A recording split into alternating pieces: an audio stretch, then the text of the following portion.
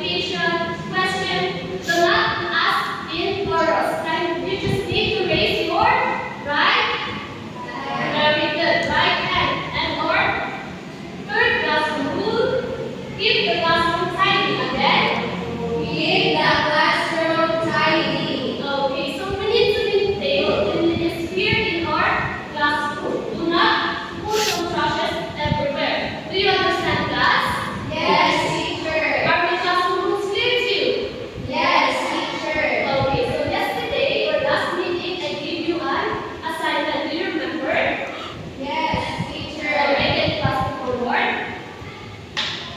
Alright, so now before we get to know our new topic in this morning, I have prepared here a chart. And I want everybody to read what is the chart. Improper function. Alright, it is improper fraction. And what we are going to do is I have here another small chart. So what we are going to do, as you can see here, it has numbers, right? Yes. Okay, all we need to do is to identify which are the improper fractions here in my small chart. Now, who wants to go here to get the improper fraction here? Yes, John Paul, you raise your right hand. Can you get? Ayun lang sa tugasan natin, hindi tugas. Okay. It's proper. Alright. That. Now, who wants to answer? Yes, Cassie? Okay, okay. Mix And the yes, Annalie? mix.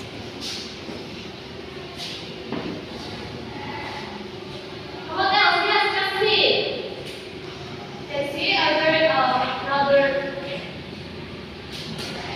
Is that all? Do you think for Ramadan?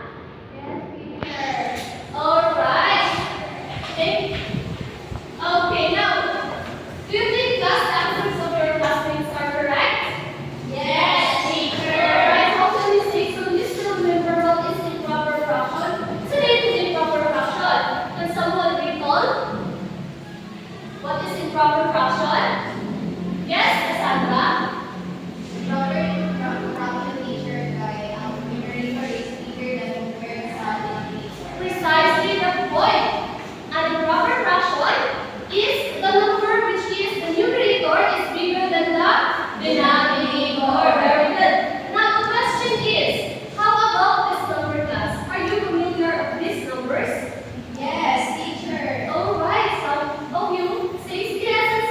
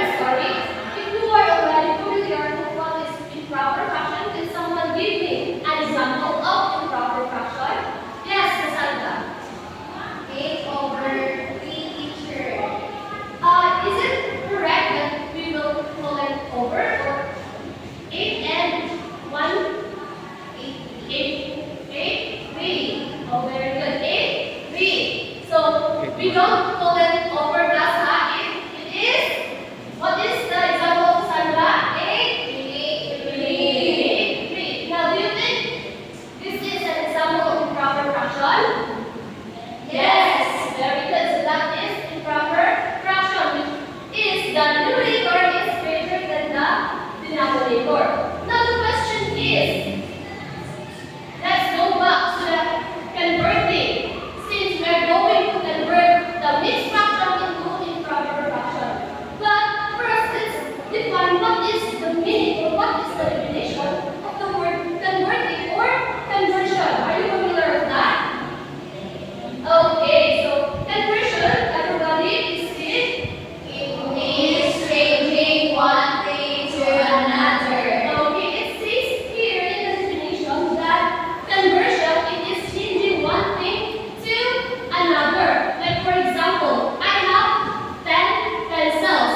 How many pencils do I have? 10. Okay, I have 10 pencils, and then that 10 pencils I will put it in the box so that I will have or I have now one box of pencils. So from 10 pencils, dibutang lang sa box, I have one box of Pencil. okay, so that is an example of conversion. Another example. 1 peso here in our country, Philippines, and our 1 peso here in the Philippines, ang peso po sa USA or sa America is $1. Very good, $1. If that $1 converted into piso bill, how much? What is that now? Or how much is that of that $1? Do you have any idea? Yes, Sandra? I think the volume of dollar that is converted into Filipino teacher is 68 pesos. Alright, Cassandra has an idea, but what I searched kagabi it is 59 pesos. Pero, let's give a round of applause to Cassandra. Okay, so that $1 plus in the USA, if it is converted or ang piso sa gawas, if ma-convert siya here in the Philippines, it is already 59 pesos. Do you understand?